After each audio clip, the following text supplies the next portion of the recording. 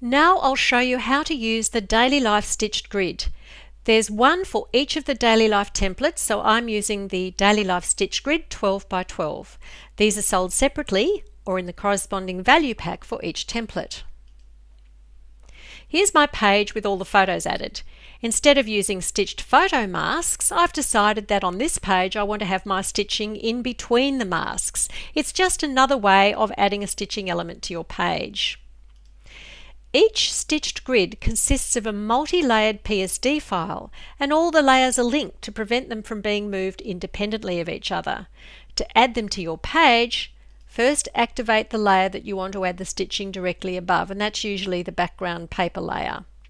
Then activate your stitching document, click on the top layer, shift-click on the bottom layer to select them all, and then drag them over onto your page, pressing the Shift key before you let go of the mouse.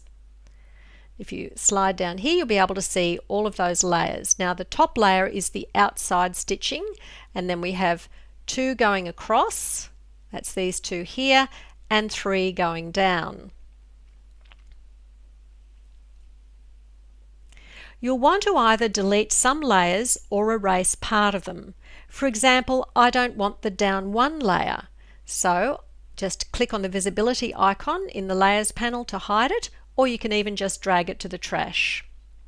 The down 3 layer, if we click on that one, needs part of it removed. So we'll zoom in to the area that needs to be erased, and we'll get the eraser tool, and in the brush preset picker choose a hard round brush. Make sure that the opacity is 100% and the flow 100%, and I might even zoom in just a little bit more so I can get a really close look.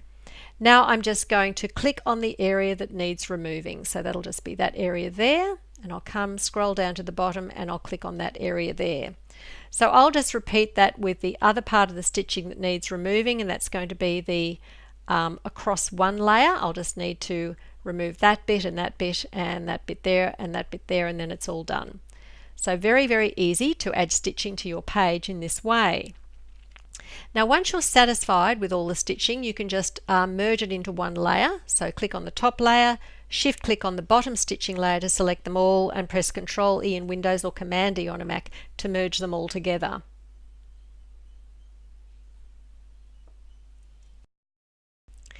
Before I finish here, I have one more tip for you.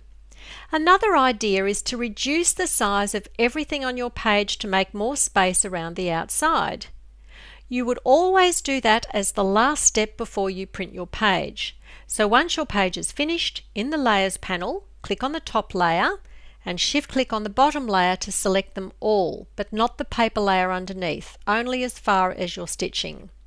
Press Ctrl T in Windows or Command T on a Mac to get the transform options.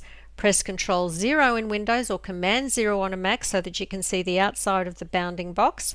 Press Alt Shift in Windows or Option Shift on a Mac and click and drag from a corner handle down as far as you want to go. Then double click inside the outline to accept the transformation, and press Ctrl 0 in Windows or Command 0 on a Mac to return your page to its original size.